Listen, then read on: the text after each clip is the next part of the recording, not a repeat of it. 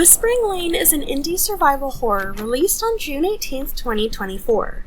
It was developed by one person, Irem, and I received a key for it on Keymailer. Thank you very much. The story is centered around an abandoned house on Whispering Lane.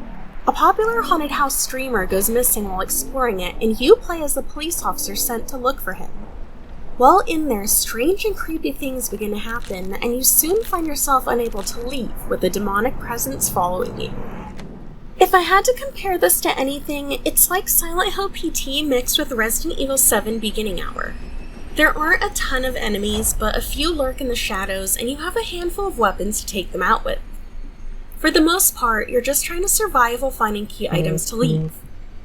There are 4 difficulties for you to choose from: easy, normal, hard, and walking simulator. Walking simulator lets you play through without any enemies, but you can only unlock it by beating the main game at least once. Easy difficulty was easy, but I still died a lot.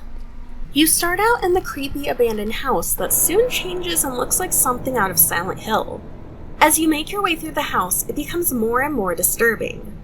There are traps set up and different types of enemies. You can either fight them head-on or hide in a locker to gather your bearings. There are melee weapons along with a couple of guns, a handgun and a shotgun. Ammo is limited, so you need to make every shot fired count. You can find multiple different healing items, including an herb and oil that you need to mix together. A sports bag can be found around most areas where you can store items and retrieve them for later, like the chest feature from Resident Evil. The enemies mostly consist of this skeleton, jack-o'-lantern looking creature and humanoid ones that crawl at you. There are also a couple of bosses. The gameplay isn't very hard, but the enemies take out a lot of your health when they attack you. The game also doesn't pause when you go into your inventory screen, so you need to be fast, either taking them out or healing yourself. Some traps will also instant kill you, so you need to be careful watching your step and your surroundings. Luckily, the game is very linear and it's not easy to get lost or stuck. There were a couple puzzles I had problems with, but they were few and far between. For the most part, I was able to figure them out myself. After beating the main game, you unlock A New Hope, which is basically like a mercenaries mode. You spawn at the house and need to take down waves of enemies until they eventually kill you. The story isn't very strong and the characters are pretty bland. There is some backstory that is interesting, but the game never really dives deep into it. The ending is also weak. The voice acting is really bad. Originally, I thought the developer had one of his friends read the lines and was just bad at acting, but apparently AI did all the voicing. After learning that, I was able to hear the AI in it better. The streamer in the beginning sounds very sarcastic about all the creepy stuff going on and laughs during a couple of his lines. All of the voices are just very, very off. Oh god! Oh my god! Something ran into the last room. I'm going to check it out. I'm doing it for my subscribers. If something happens to me, call the police. Remember to give me a like and comment. Subscribe to my channel. The graphics weren't bad, they reminded me of more retro horror games. There were a few bugs I encountered and posted about to the community hub, which the developer got on and fixed very quickly.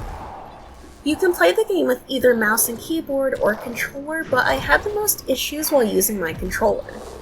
Again, since this is made by one person, I'm not going to be too critical. Despite all of its flaws and mediocreness, I still had a lot of fun with this game. It was short, linear, and easy to follow along with. Granted, I played on easy mode, but sometimes easy mode on other games still confuses me. I think what I really liked was how it reminded me of those teaser demos from Silent Hill and Resident Evil. I had fun with those, and this is basically a mix of the two. The game is pretty cheap on Steam, going for $5. If you're a fan of survival horror or liked PT and or Beginning Hour, I would definitely say you should check it out.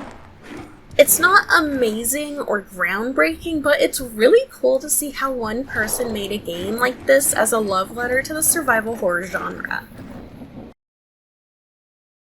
Thank you for watching the video. Leave a like if you liked it, subscribe if you want to see more content. Let me know what short horror game you've played that you liked, or did you like PT, or I don't know. I don't know. Thank you to my patrons on Patreon. I have Redbubble, I have Twitch, I have stuff that I'm posting, and thank you for watching.